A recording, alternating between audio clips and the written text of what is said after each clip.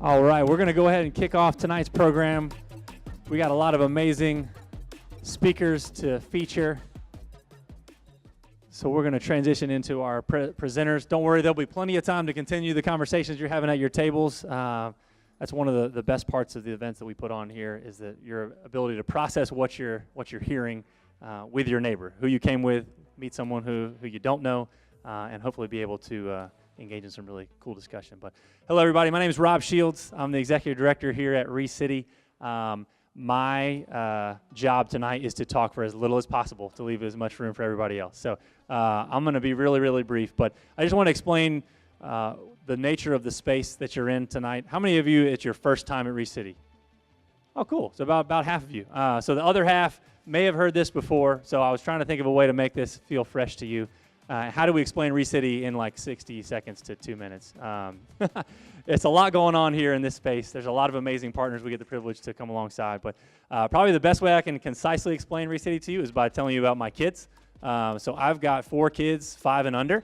That wasn't a stutter, right? I got 4 toddlers at home. And so I am constantly trying to come up with creative ways to occupy their time. Run the clock out to get to bedtime. Any other parents in the room share that struggle, right? Maybe you have babysitters at home right now and this is your break, right? Welcome. But when I think about, one of the things I've done with my kids is be able to create a little fire pit in my backyard, because they love the idea of a fire, right? The idea of it. So I'll start one, but they're all so young that lasts about 60 seconds and before they need to move on to the next thing. So I've gotten really good at starting fires and knowing how to put them out really quickly.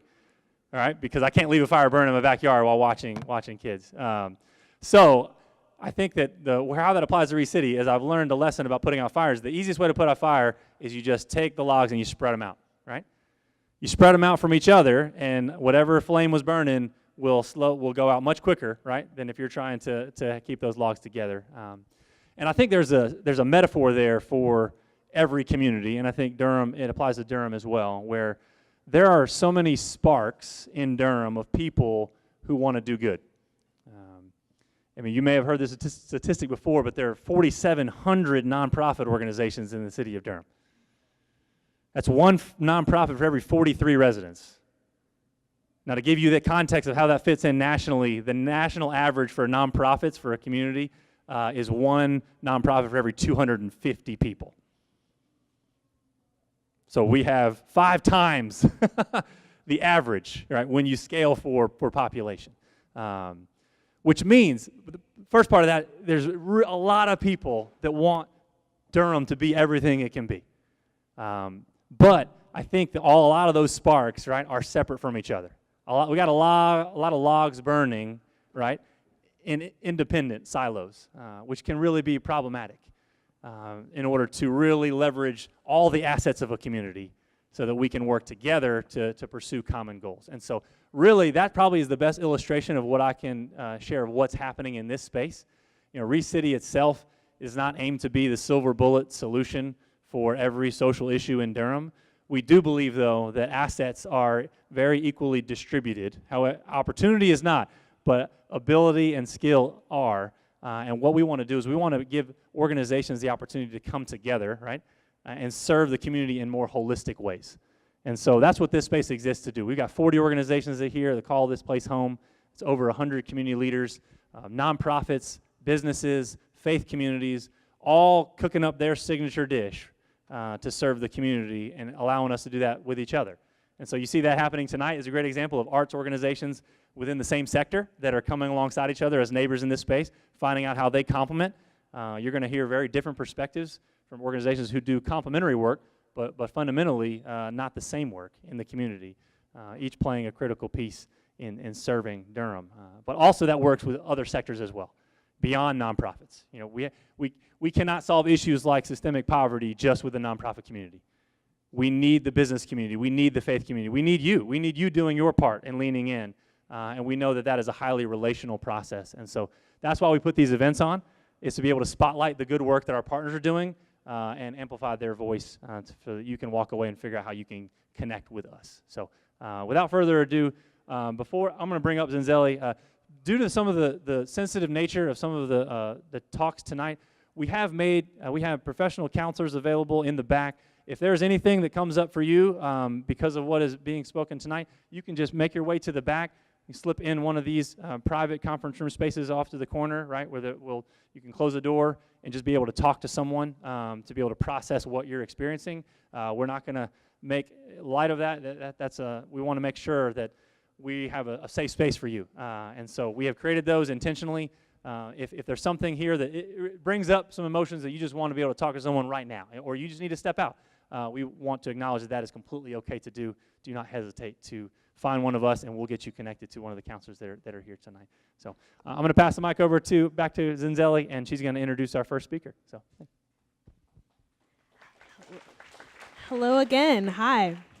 Again, thank you so much for being here tonight. I just wanted to kind of let y'all know, of course, we're going to be having 3 speakers, and at the end, you're actually going to get a chance to have a question and answer session. So as you're listening, if questions come up, please write them down, and we welcome you to ask them at the end, and we're going to give some time for table discussion as well. So it is my great pleasure to introduce our first speaker, Dr. Georgie Bledsoe. Affectionately known as Dr. G, earned a bachelor's and master's degree at Stanford University and her PhD at Duke, where she served as the Mary Lou Williams Instructor of Music. She received the Howard Mayer Brown Award for her scholarly work on the history of gospel music in St. Louis and completed a Mellon postdoctoral fellowship at Brandeis. The Durham MLK Committee honored her with the 2018 Keeper of the Dream Award, and she was recently interviewed by Frank Stasio on WUNC's The State of Things. The youngest of 17 children, Dr. G grew up in East St. Louis, Illinois, where community members invested time and talent in the neighborhood youth. She founded Bump the Triangle to pay that investment forward with music, activism, and it opens doors of opportunity for underserved youth. In her spare time, she dotes on her 6 grandchildren and enjoys the great outdoors. Please help me in welcoming up Dr. G.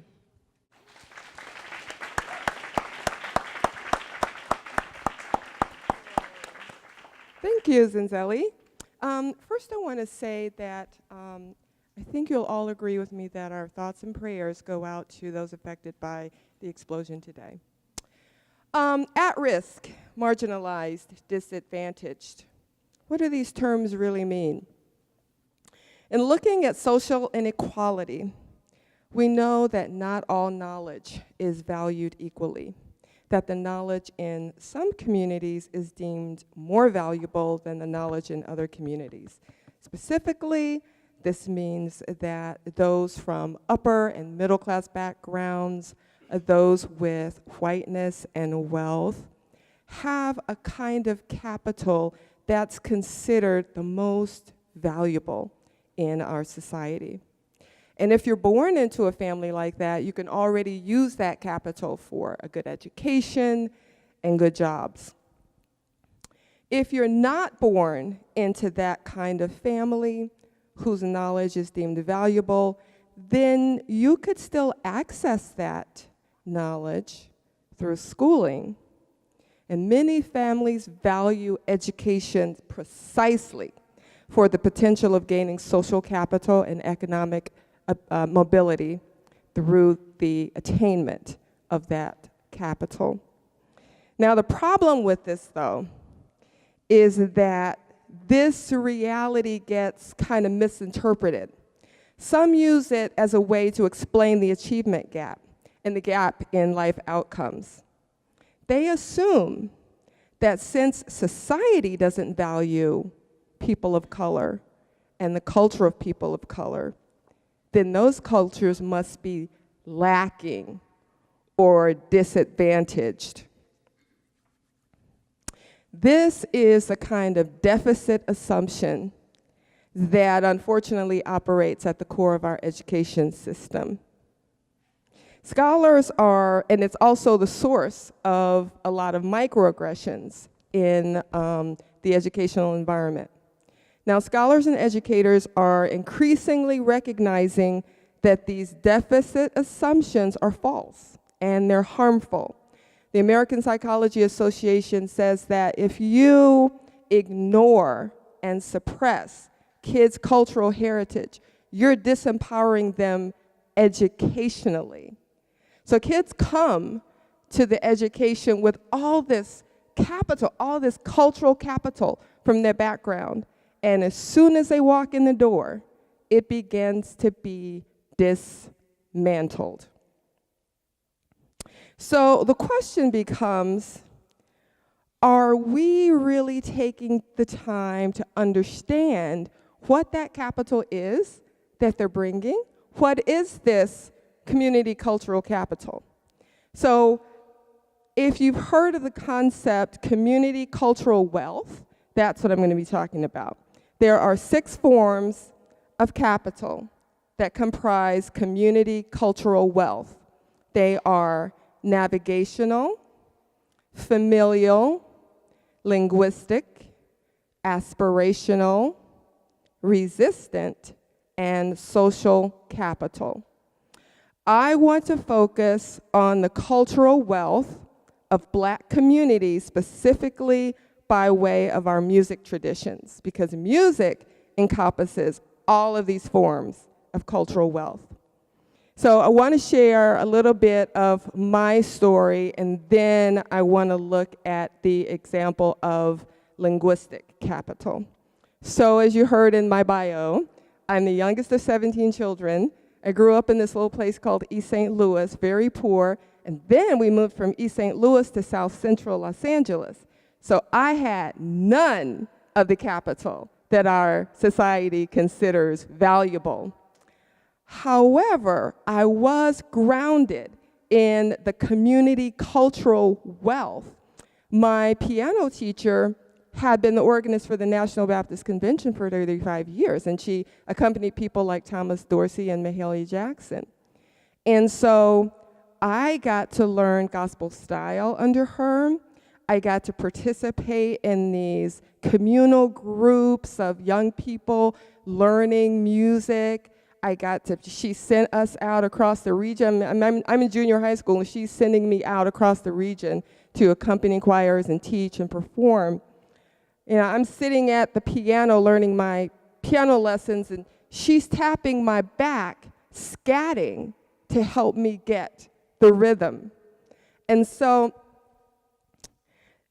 it's because of my grounding in this community wealth that I had a strong identity, and I was prepared for Stanford and for Duke.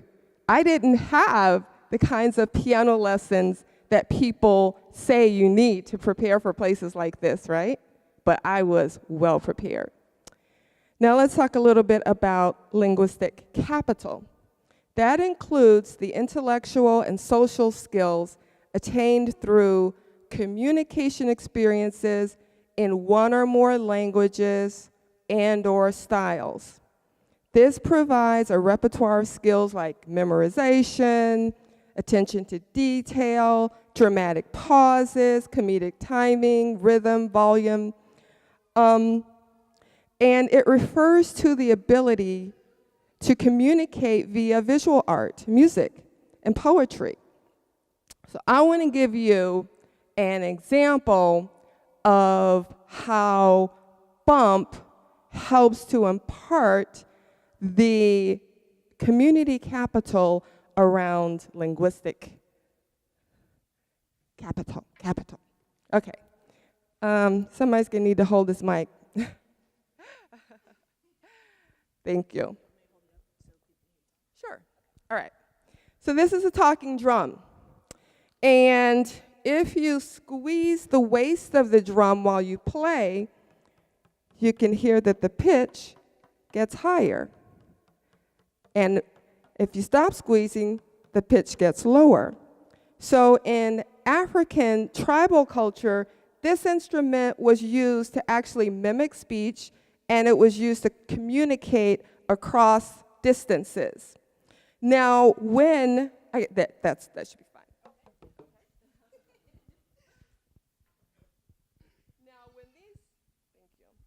Now, when these drums were brought to the U.S. during slavery, and slave masters found out that Africans could communicate with each other using drums, they banned the drums. But that ability to communicate through music simply passed over into spirituals and the coded language of spirituals. Then it passed over into blues and the way that blues chronicles history. Then it passed over into jazz and the way that scat communicates vocally.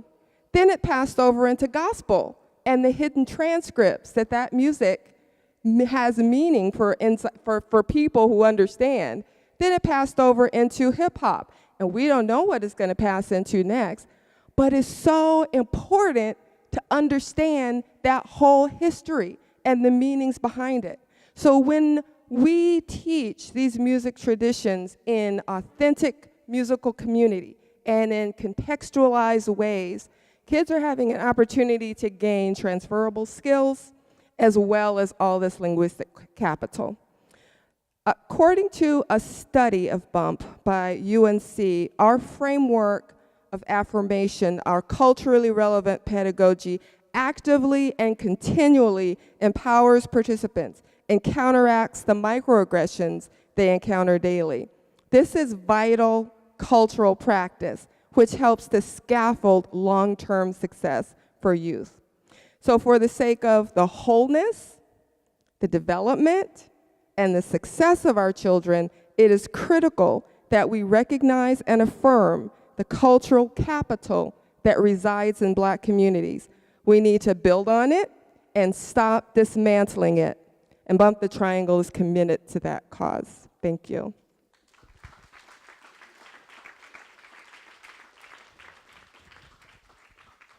Thank you so much, Dr. G. So our next speaker up is Allison Griffith. Allison is the Program Director of Arts for Life at Duke Children's Hospital. Arts for Life is a North Carolina-based nonprofit organization dedicated to supporting pediatric patients and families through arts education and engagement. Allison has been part of Arts for Life, the Arts for Life team in Durham since 2012, when she completed her internship after graduating from the University of North Carolina at Chapel Hill and discovered her passion for helping others express their creativity. In the years that followed, Allison worked as a weekly volunteer with Arts for Life and served on the organizational steering committee. In 2016, she was welcomed as an Arts for Life staff member, first as the program coordinator, later as the program director for the Durham chapter. Arts for Life's mission aligns perfectly with Allison's love of art and her desire to improve the hospital experience for all pediatric patients and families. Please help me welcome up Allison.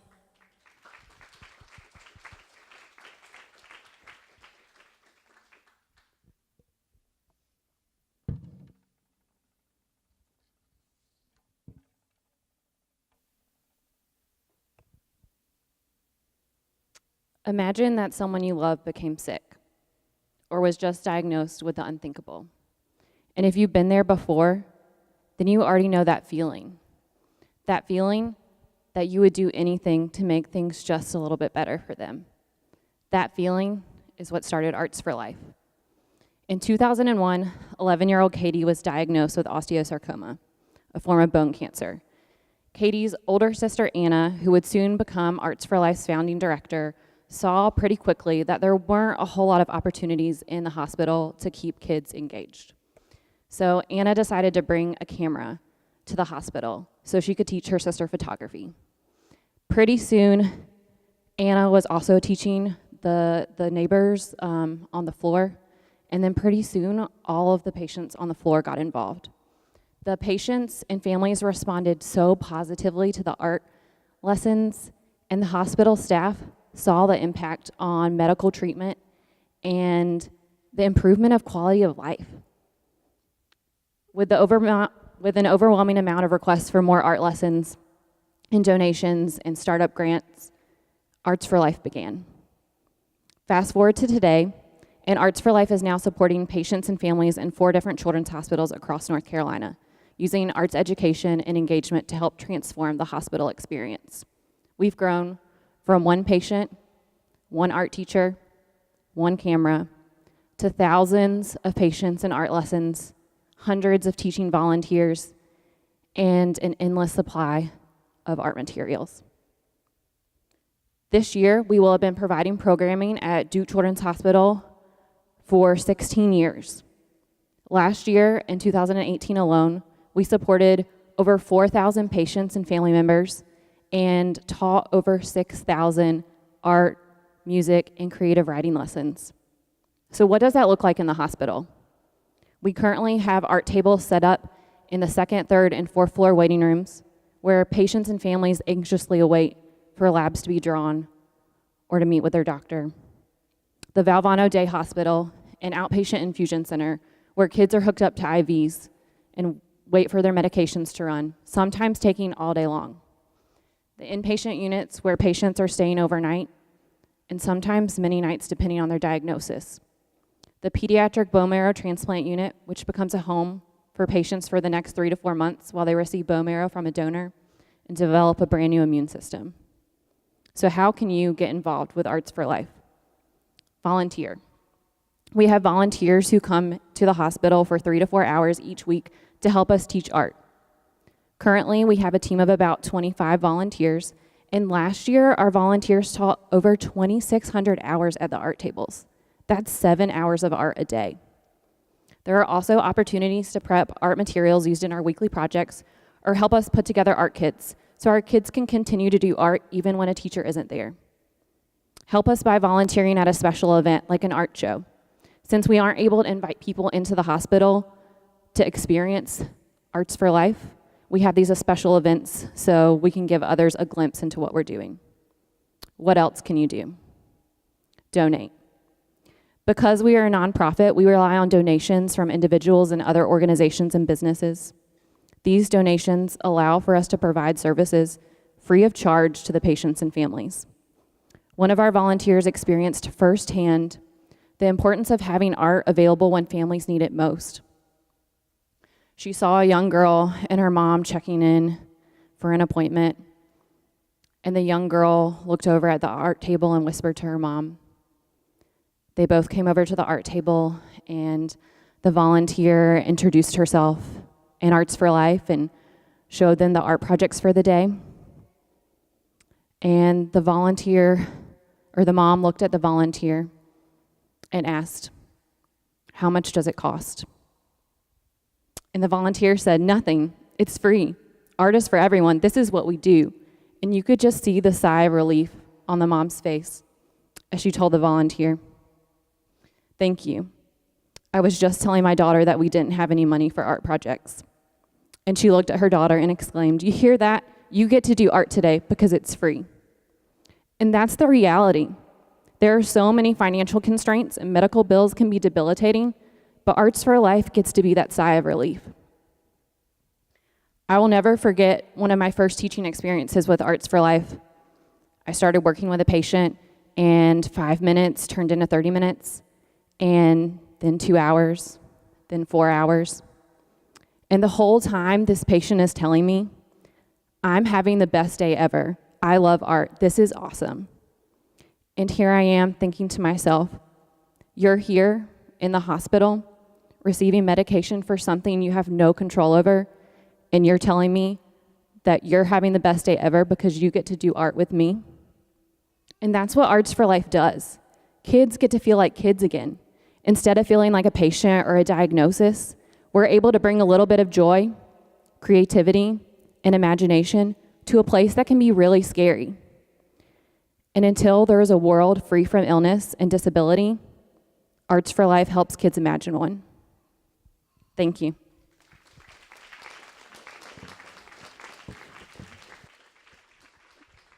Thank you so much, Allison. Up next, we have Monica Day. Monica is founder and executive director of Stand Up, Speak Out, and her personal mission is to speak out on behalf of survivors against sexual violence and domestic abuse. She passionately believes that healing through art and through her spoken word poetry, she shares her own intimate story of surviving abuse and violence. She uses poetry, music, journaling, visual arts, drama, and dance to touch audiences around the country with her soulful stories and heartfelt commitment to the healing of women and communities. Monica obtained a Master's of Science in Interdisciplinary Counseling with a concentration in Human Services and Nonprofit Management and Leadership. She has also received a certification in Contemporary Theory in Mental Health Counseling and Public Health. Monica envisions ways to utilize the arts in assisting people with overcoming trauma. As a mental health and human services provider, she currently works with survivors of abuse to get to the root causes and end the vicious cycle of domestic abuse. Please help me in welcoming up Monica.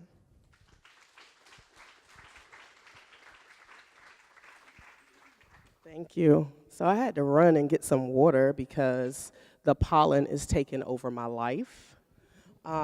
Yes, and so I don't sound like myself. I apologize ahead of time. That is my disclaimer. If I start coughing or whatever and about to pass out here, forgive me. So I want to start with how I typically start any presentation, and that is sharing my art, and that's through spoken word. Too distant to be mentioned, ripped into pieces of family secrets never to be broken, hoping no after effects will affect her senses, but it did, after 26 years. Hidden tears find their way to the surface. See, she had lost her courage because someone hurt her. Lapse of memory had her taking risk. Lapse of memory had her mind playing tricks, but no, she was starting to remember. The hit. The first time he tried to kiss her and she clenched. At the smell of cigarettes that's left on his breath that made her feel like she would vomit. Droplets of premature ejaculation made her hate him. Conversations between God and the devil made her lose her salvation. Devastated that someone who claimed to love her would make her a victim. Close kin, more like cousins, sneaked in while family members sat at the dinner tables reminiscing on the good old days, while children played in back rooms. They say the little ones are so innocent, so they dropped their overprotectedness. Had older siblings and cousins watch over them while they pretended to be grown up, but someone was a little too grown up in the game of house. Shh, don't be too loud. Don't ever let this secret come out. And it didn't. Held it in, never to bring it up again. Buried it and swept it in the crease of an abandoned room, never to be resumed. But soon visions would show vivid pictures of little children who would never fully bloom. Confused because their souls had been devoured. And now another innocent child's soul has been devoured, and mama's not paying attention. Too busy listening to the latest gossip coming from the church pulpit that she missed her daughter's cry for her attention. She just didn't know that her child's soul was missing, wishing that mama would come to her rescue. But that child's 911 phone calls never got through. Lines disconnected. We're sorry. The number you called cannot be completed at this time. Please check the number and dial your call again. And again, and again, and again she calls, but no one seems to recall the thousands of calls for help, the rebellious behavior, the suicide attempts, the running away from home, the skipping school, the unable to pay attention in school, the multiple sex partners. Did anyone bother to take the time to calculate the signs? No, they just brushed it off. Said this was just a phase that would soon fade away, so they took olive cooking oil, anointed her head, and prayed. But soon after that, they lost their faith. Took her to unfamiliar counselors who thought that they could make her break the silence. But she was too far gone now. She was violent, juvenile delinquent, all because her guardian angel, AKA her mother, didn't pay attention. She just didn't believe that someone snatched her precious seed, took her to the 4th floor on the elevator, and robbed her of her virginity, while she was in the same vicinity speaking in tongues, giving God the glory. But no one wants me to remember this story. And no one really wants me to tell this testimony, but I have to. Because as you sit at this round table, every second that goes by, a child is being abused. A son is left confused. A daughter is left internally bruised, and a mother is refusing the truth. This could be you. Your child might be screaming right now for you to come to her rescue. Don't disregard it. Don't disconnect it. Don't press ignore on your cell phones because your child might be screaming for your help because she's afraid and alone. So answer that 911 phone call and dispatch yourself to your son's or daughter's location, because your voice and your presence might just be their savior. I am a mother, a wife, a community leader, a change maker, a survivor of sexual abuse and domestic violence, which all occurred before I was 15 years old. I grew up in a middle-class, devoted Christian home with two parents. My mother, an evangelist, my father, a deacon, and we attended church every time the church doors was open. No, every time the church doors was open. If you know anything about Pentecostal churches, we were in church Monday, and then Tuesday there was something, and Wednesday was probably Bible study, and Thursday something else, and Friday a sermon, and Saturday choir rehearsal, and Sunday I was in church all day. All day. Somebody know. I grew up an outgoing, loved to write, loved to dance, create art. I love playing with Cabbage Patch Kids. I don't know if anybody remember Cabbage Patch, but Cabbage Patch Kids and Scooby-Doo was my favorite cartoon. I'm telling you, I love to enjoy life, and I was really outgoing until July of 1992. My entire childhood was flipped upside down. I spent a lot of time in church, participating in church activities, was in the choir, youth programs, and church was the place where we feel safe and secure, and it's a loving environment and welcoming. But it was the very place that was supposed to be safe and secure and loving that I was sexually assaulted. I was raped. From that summer day in 1992, my entire life changed. I was no longer the outgoing girl who loved to play and dance and kickball and create art. I was no longer that young girl. I was a completely different child. From that summer, I became rebellious. I started running away from home, skipping school. My grades began to fail. I was completely a different child. And I just remember feeling like I'm all alone. My parents at this time, they were seeking support. They were seeking community resources. And at that time, you had the big brother, big sister, mentor programs and counseling and church. And none of that worked for me. I continued to get in a lot of trouble, and really from the age of 11 up until 19, I went down a path of mixed emotions, exploding, multiple suicide attempts, and just a child that was out of control. I used poetry as my outlet. As a child, you don't want to articulate. You can't articulate what you've experienced. So my parents took me to counseling. That wasn't working. I wasted a lot of insurance money looking at them. They're looking at me, and I can't tell you what I've experienced. Furthermore, I don't want to tell you. I don't want to talk about it. I don't want to share it. But through writing and through poetry, that helped me to figure out and process what I had experienced. I'll never forget, I was 19 or 20, I was about 20 years old, and I was invited to go to an open mic in Raleigh. And I had never shared my poems openly. And that night at Yancey's, I don't know if anyone remembers Yancey's or anything, but that night at Yancey's, I shared my first poem. And it was about domestic violence and my story. And the women that came up to me, now I'm just 20 years old, women that came up to me said, "That is my story. Don't stop speaking. Please, young lady, keep speaking." Well, I kept speaking from that day forward. I felt encouraged, but more importantly, I felt empowered. And for the first time, I knew that I was not alone. I was not the only one who had been abused. I was not the only one experiencing this, but what I had done was I was speaking about it openly. And while I was looking to save myself as a 20-year-old coming to the open mics, I was also helping and saving other people. And that's ultimately what made me create or develop Stand Up, Speak Out. I developed SUSO 15 years ago. We'll be celebrating 15 years this Saturday. And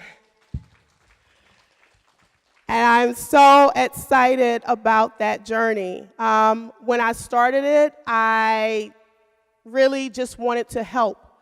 I wanted to help people find their voice, but ultimately use creativity to find their voice. I developed SUSO NC. We call it SUSO NC, so if you hear me say that, that's Stand Up, Speak Out. For that 12-year-old girl who wrote me a letter saying, "Thank you for sharing your story. You came to my youth conference and you really inspired me to tell mine for the first time." I wrote it for the 21-year-old college student who hugged me so tight after my presentation and said, "This is the first time I have ever shared what happened to me. I was molested by my father when I was 10 until I was 13. For the elderly grandmother, 72 years old, who came to me, giving me her blessings and saying, "You are powerful. And what you shared, that happened to me too. But I have never had the courage to share it until now." And lastly, for the Caucasian man who was in his 60s, we were in Oxford, North Carolina, and he came to me and he hugged me for like 10 minutes. He was sobbing, crying. And he said, "I am so grateful for you right now because you helped me make sense of what happened to me over 45 years ago." Suso was developed to use art as transformation for healing.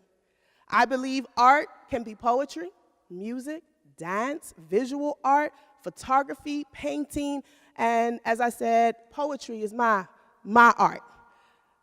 But it can be any form of creative expression that you can use and be your authentic self. And there's a transformation that happens when you get on the mic, when you write, when you share. Suso was developed with 5 components in which we offer to the community. It's education through art, it's empowerment through art, it's advocacy through art, it's healing through art, and it's prevention through art. And we go into communities and schools to help people make sense of what has happened, but ultimately to educate you on the seriousness of domestic violence and sexual abuse and the impact it has on our children especially. We are the voice of the voiceless. We are created to create change and to provide support for child witnesses and victims of sexual abuse and domestic violence. In order to create that transformation of change, we must collectively come together. That includes you. Collectively come together to educate our churches, our schools, and our communities on the seriousness of domestic violence. It impacts our children, even those who are sitting and witnessing the abuse in the home. If you believe in the work, and you believe in anything, or anything I've said tonight has resonated with you, what can you do from this point on? You heard my story, but there are so many people who share that same story. Somebody right here in this room tonight. If you feel like you want to take part in the work that we're doing in communities, not just here in Durham, but in North Carolina, Greenville, Roxborough, Greensboro, Charlotte, Raleigh, speak to me tonight because we need your support. We're still a very small grassroots organization, but we're making a big impact.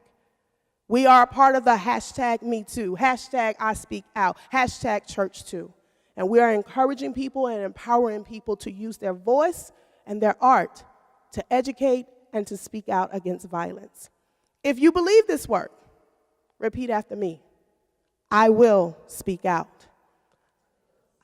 Oh, you can do that better than that. Now, you got to be encouraged. If I'm a survivor, I need to know that I can believe you. I will speak out. Oh, yeah, now say it from your belly, from your gut. I will speak out. I will speak out. That is what I encourage you to do, to please help me in this fight, in this mission, to continue to speak out. Thank you so much for your time.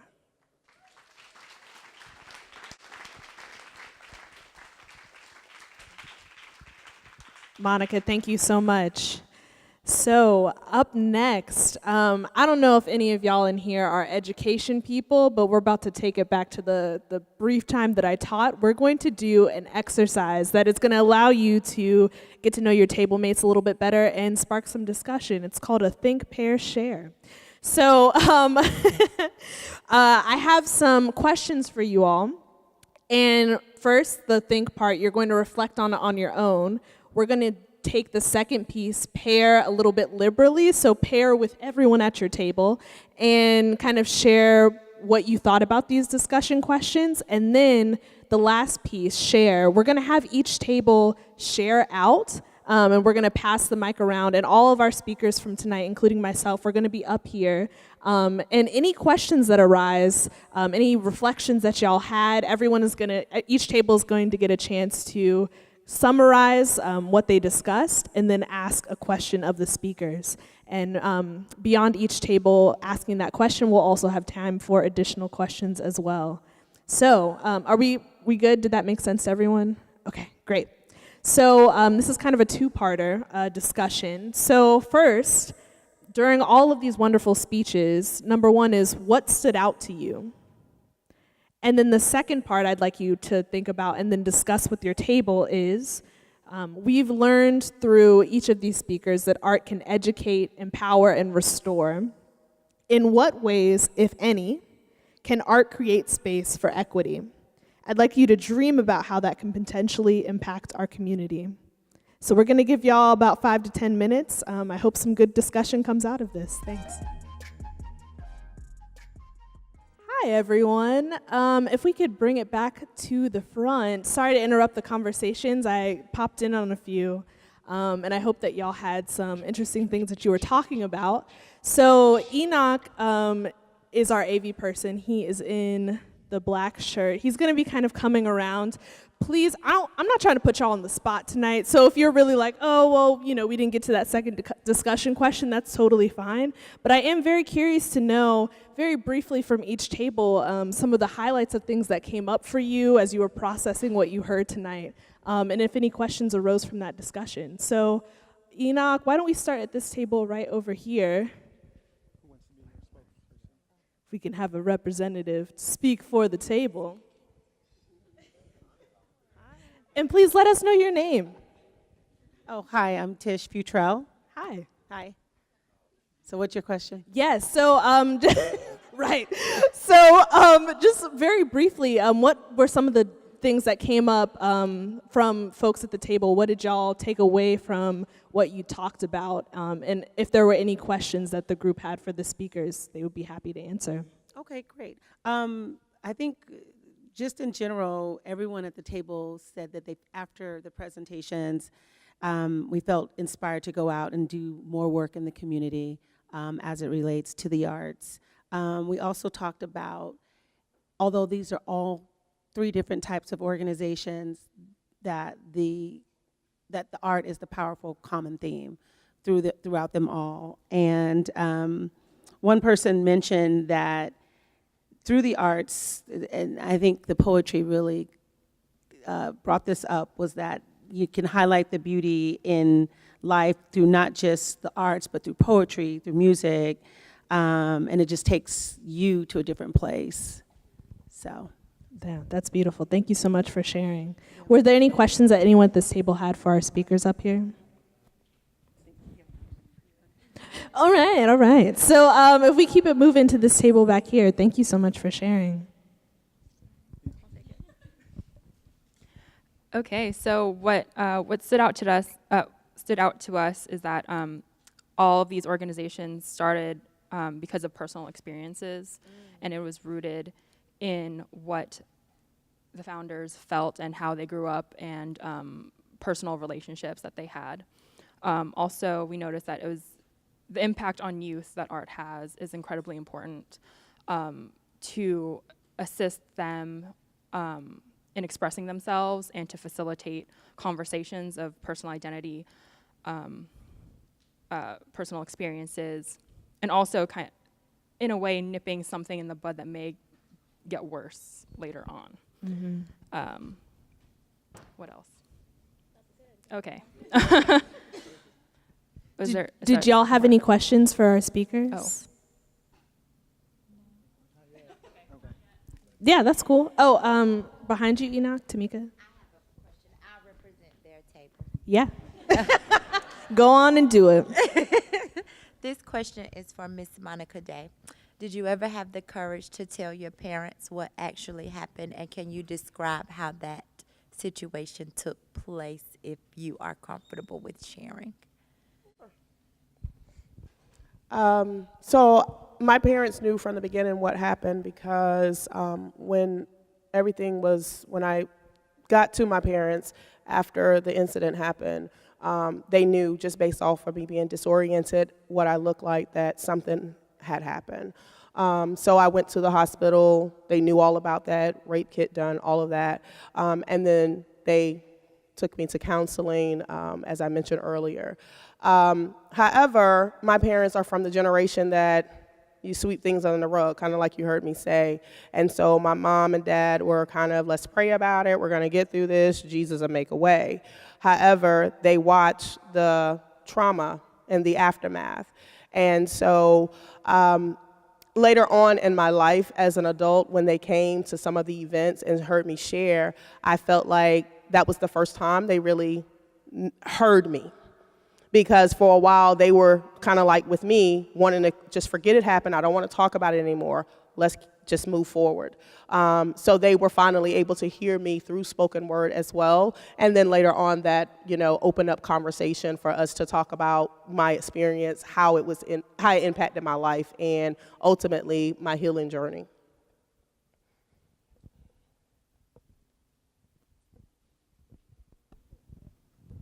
Thank you. I just wanted to also say, Monica, one of the things that really stood out to me when I was hearing you speak was this piece of using art as a way of like building trust, like trust within yourself, of having the bravery to share your story, but then also trusting in others to receive it in a way that makes sense for them. Like you said, like you were mentioning, like you went to counseling, you were like, nah, you were like, I'm not gonna open up to this person, right? But you use poetry as a way to be able to process and work through that. And I think that's beautiful. And I think that that's something that's very unique about art in all of its forms, is that it doesn't necessarily have to be verbal. There are so many things that are kind of underneath the surface, or they're, it doesn't have to be a physical thing. It can be intangible, and there's no limits to the empathy that art can foster amongst people. And I found that as a running thread throughout all of y'all's work, right? Is art as truth, art as empathy. So thank you. We can continue passing the mic to some folks in this table back here. Is there a representative from this table that's comfortable sharing about what y'all talked about? I got nominated. Yeah, let's do it. One of the things that we had talked about as art as a way of equity is just how art is a great way to express yourself. And when you're expressing yourself, art is so subjective that you can't really challenge somebody's story when expressed through a medium such as art, and just how that really opens the door in a lot of ways that you can't open the door otherwise. And so the power of really using art as a medium instead of something that maybe might be a little bit more confrontational. And so we thought that was really kind of important and really good as a way of creating equity. Anything else that I missed? Great. I got a question. Yeah, please. This is just kind of a vague question, so take it however you want. What are your hopes and dreams for your organizations? What's your vision for what you want your organization or your program to become? Is anyone inspired to take that Sure. So we really see Bump creating a K-12 pipeline for students to be able to be immersed in this musical tradition as a way to supplement what they get in the school day, and as a way to really drive that positive identity all the way to college. And so we're partnering with some really amazing organizations to make this happen. North Carolina Central and Musical Empowerment. And so we see a generation of kids who can orchestrate their own futures because they've taken what they've learned about music and themselves and the world, and they're creating the life that they want. That's our vision. Like I mentioned earlier, so Arts for Life is actually in 4 different hospitals across North Carolina. And right now we're focusing a lot on our current chapters and really finding ways to expand within each hospital that we're in. So I would love to see our services in other units in the hospital, like the PICU and some other areas there. But after that, I think Arts for Life should be in every children's hospital. That's where I see like ultimately, if things could be that way, that's how I see it. I think for us, we want to be in the school system. So we are in a few schools, but as I mentioned, we've been doing this for 15 years, and I remember very clearly going and talking to schools and saying, hey, we need to be in your school because this is affecting children.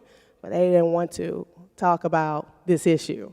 So for us, it's about being a statewide organization where we are in every school, whether it's after school programs, but being a support in the school for children who are victims of abuse, because we know it impacts them academically as well. So having us there in the spaces is important, as well as we want to continue to offer professional development for churches, that they can get policies in places in their church so that they know how to respond to victims and not re-victimize them. And that is our hope, is to be statewide in North Carolina.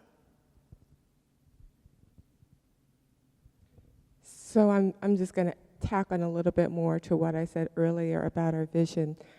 So we're actually creating a model program called Ubuntu Music Academy. And this will be a model that we hope to take nationally for communities across the country. Ubuntu means I am because we are. Thank y'all so much. We have one more question. Yes, please. This is for, you say Dr. G, is that what they said they call you? Yes, Dr. they call me that. I'm trying to find where there you are. Yes, I hear. Yes, I was interested in the number of times you used the term cultural capital in your talk, because I was just in a discussion group this week, and that phrase came up, and it was kind of cut off as like, let's not use that term because it might be seen, the person who was speaking said it might be seen as negative, like something that's used like to mean highbrow or associated with white culture. And so when you use the word cultural capital, that I was interested in that, and how do you see that term? And yeah. That's exactly right. And this concept that I'm talking about, community cultural capital, it's a concept that Tara Yoso is articulating in her article. And the whole idea is to take this idea that cultural literacy is about Eurocentricity and turn it on its head and say that everyone has culture, and the culture of low-income communities has all this value and all this beauty. You can't have a monopoly on culture, and you can't have a monopoly on power and beauty. So yes, we're reinterpreting that term. That's great. Thank you so much for that question. If we want to move on, to this table right up here, is there a person, that would love to share out? Sure. Thank you. We had blessed with some actual artists here at the table, so I tried to jot down their wisdom as they spoke. But so I'm going to read from here. But thank you for taking time to share with us today. We felt that art is one way to teach you more about the event that you experience, if it's an event, or just teach you more about yourself as you express yourself through art. There could be kind of a feedback loop effect, especially with things like dance, which are real-time communication and expression. It's also valuable for people who may not be as like numerically astute or oriented or academic, a way for them to express something more emotional. It's also helpful because equity, the term is often described in terms of like data or demographics, whereas art is kind of an emotional alternative to using the term equity and building that way. It's a way to escape isolation for people that may not be able to describe what they've gone through. And it's good because art is often one of the first things cut from like school budgets. But having different venues to express art can give kids that may not find it at school anymore a way to do so. The last thing that we kind of captured is there's something human about the need to create. And so art's something that we can all kind of pull on and relate to. So thank you for that. Yeah, thank you for sharing. Any questions that arose? My question is for anybody who wants to answer it, and that is how y'all see art as a means to advance equity.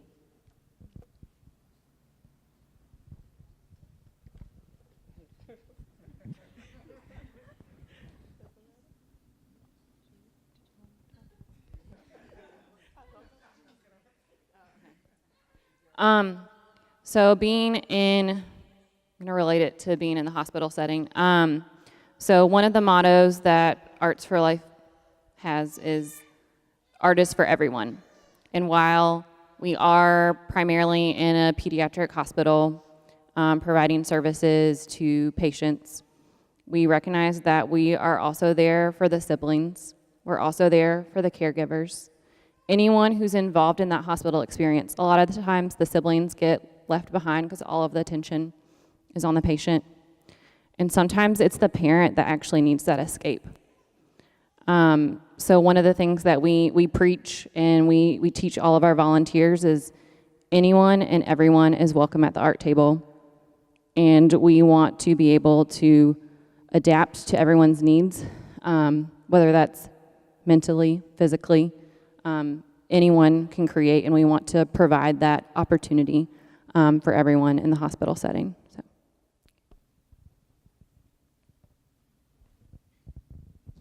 Yeah, I also think what that brought up for me too is that kind of reflecting on y'all's organizations. It's nonprofit work, but also with the art piece, it's acknowledging the existence that we live in, like within these systems, right? So like whether it's healthcare, education, and so I feel that there's an avenue for art to be able to kind of dismantle who has the power in these systems, to bring awareness to that, using art as activism. I think that that's a really powerful thing. All right, let's keep it moving to this table over here. Hey, y'all. Is there anyone that would like to share out from what the table discussed? I don't know, because he's pointing.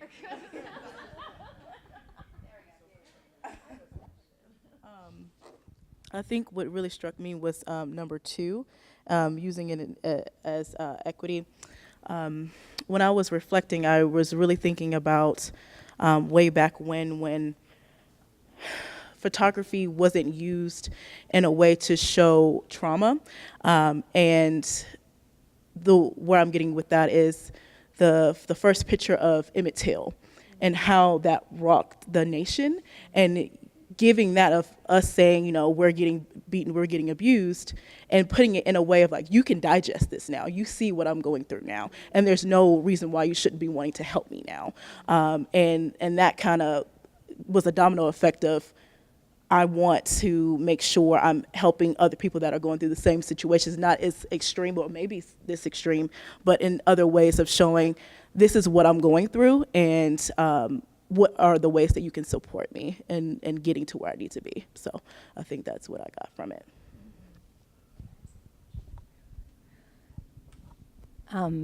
I think beyond how impacted we all were by all the 3 discussions, we also were talking about the initial speech about how many nonprofits there are in Durham. And I think that got me thinking about equity as well. Coming from an arts nonprofit myself, I get to be really angry at running a nonprofit sometimes, just because there's so much money in this area and we are all doing amazing work and all, I think, fighting for the same pools, and it's really hard to see such amazing work being done. And I'm wondering, you know, when I think about equity, it's breaking down barriers, it's raising up our resources so we can all be on equal footing, and I'm just wondering how you guys think about each of your organizations collaborating and working together to empower all of us to, you know, raise the work that we're all doing and collaborate together, because I just, yeah, it's something I think about every day in this work.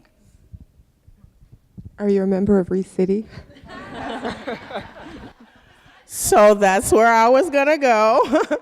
I think that's the beauty of being here in ReCity. I've been in here officially since November, but like I came in here and just was here, just in the space. But one thing is, this space is about nonprofits collaborating. And since I've been in the space, that is what it's been about, us utilizing different resources. Stand Up Speak Out is still a very small nonprofit organization, and we are still fighting as a new organization. So for 10 years, we're celebrating 15, but for 10 years, it was a one-woman movement out here campaigning and trying to get people to buy in somewhat to this idea of using art for healing.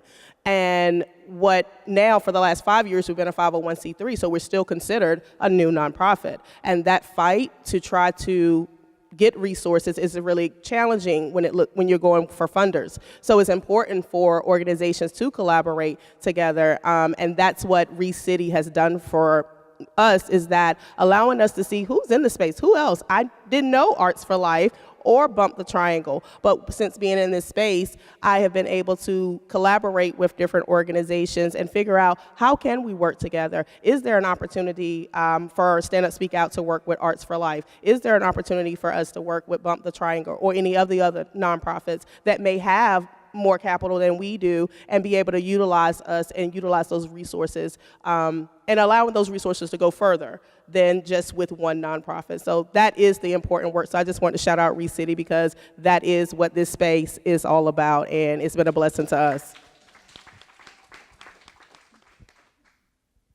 So I just want to add to that I think what you're talking about is a real opportunity for ReCity. Now that we know how many nonprofits in Durham, is there a way that we can do some sort of survey and understand who everyone is, and so we can start to reach out to nonprofits that are doing similar work? I mean, mergers can take place and get stronger, all kinds of collaborations. So are you listening, Rob?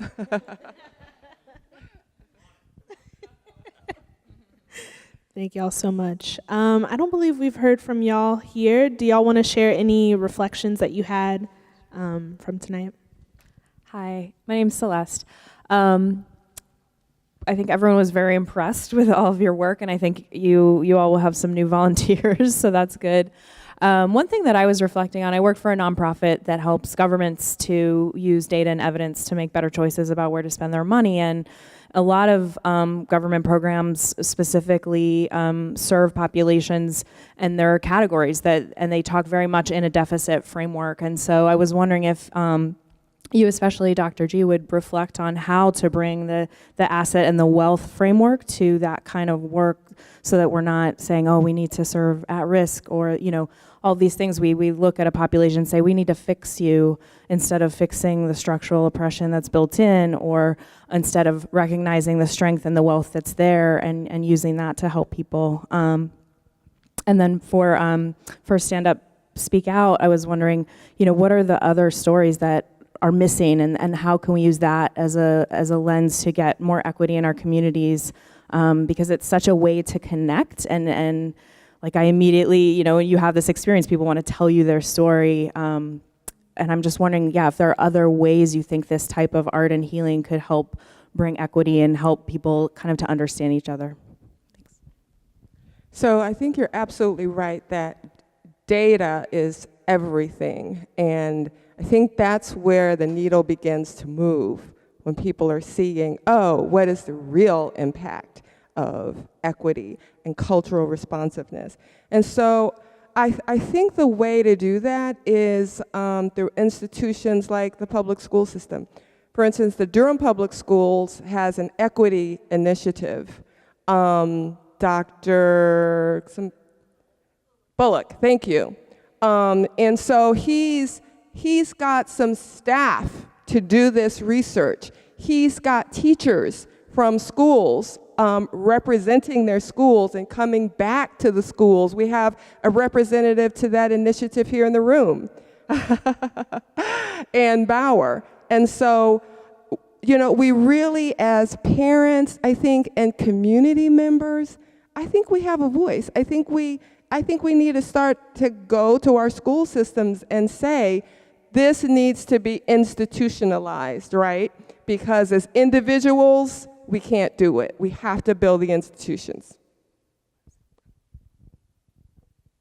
I'm just going to piggyback on that as well. I think that there are different ways and different resources to be able to utilize our services in school system. And I do believe that it kind of starts in that space in public school systems. You know, you all as community being able to hear us tonight and being a voice for us. And especially outside of that, I'm a Black woman who's running a nonprofit organization. We need to be honest with that. And a lot of times, you know, people are like, oh, well, this is a great organization, but everybody having a voice in that. We also know that a Black woman, a lot of times there's a lot of repression. If we can just be real, there's still a lot of repression happening. And a lot of people don't necessarily are not quick to say, oh, well, we want to fund this because this is a, you know, small nonprofit, or, oh, it's a Black woman that's running the nonprofit. Regardless of what we want to think, it's a reality, right? So it takes communities coming together and people coming together that are in position to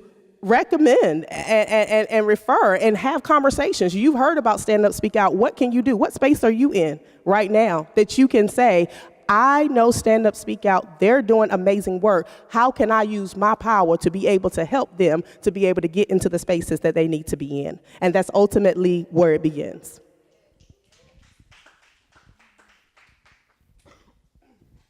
All right, and we have just enough time. If any of the high top tables at the back would like to share out, you're welcome to. I don't want to put y'all on the spot, though.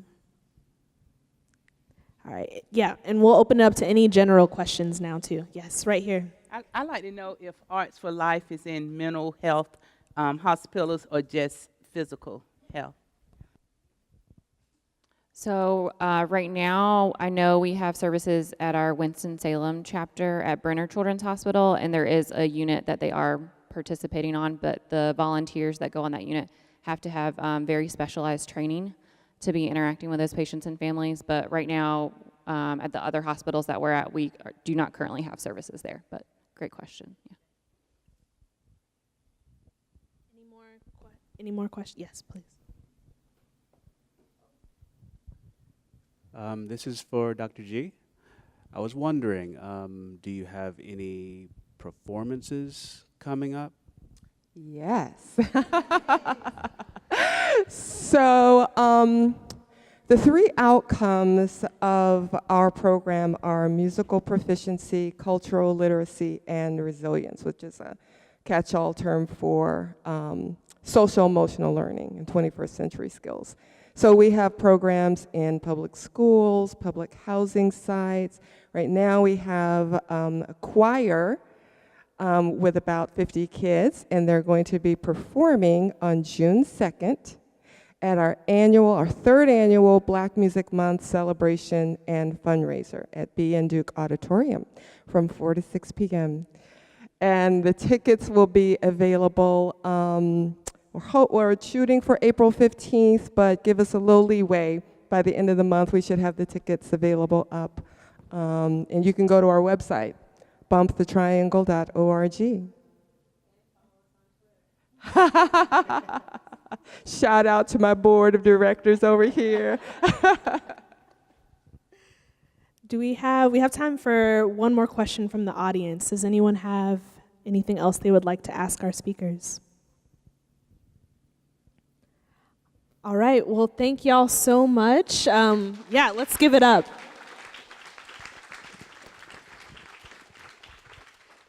So I would be remiss if I didn't do my job and leave y'all with some next steps. The first of which being, please, please, please check out their websites. If you have not already, ReCity's website has a list of all of our partners. It links directly to them. Of course, you can write down their information. But I would definitely encourage you to check out their websites. And then also after the talk, our speakers are going to be hanging around up front for a little bit. So if there's anything that you want to say to them, please come up. Everyone up here is wonderful, a wonderful human, and they'd be happy to talk to you more. The second takeaway is if you're interested at all about these partners or anyone else here at ReCity, I'd encourage you to book a tour. It's going to be led by me. Hello. But we have free coffee. I would be happy to show you around the space, answer questions about what it is that we do at ReCity, some of the folks that are in the building, if you're interested in connecting with other nonprofits, mission-driven businesses, faith-based partners here. So please get involved with that. And lastly, I'm going to be sending everyone here a follow-up email with just some different resources. And if any questions came up that you didn't get a chance to ask, please, in the center of the tables, we have feedback forms. And I would encourage you while I'm talking, please grab one. We have some pens at the table. We really do want to hear your feedback to make this event the best that it can be. So please fill out the form. And on the back side, if you have any other questions, write them down. I'm going to give them directly to the speakers, and we're going to be following up with their responses through our newsletter and through our blog. So please take a second to fill out the feedback form, and your questions will be answered. I just wanted to say thank you again so much for joining us. If you want some food on the way out, we have plenty of leftovers, and have a great evening. Thank you.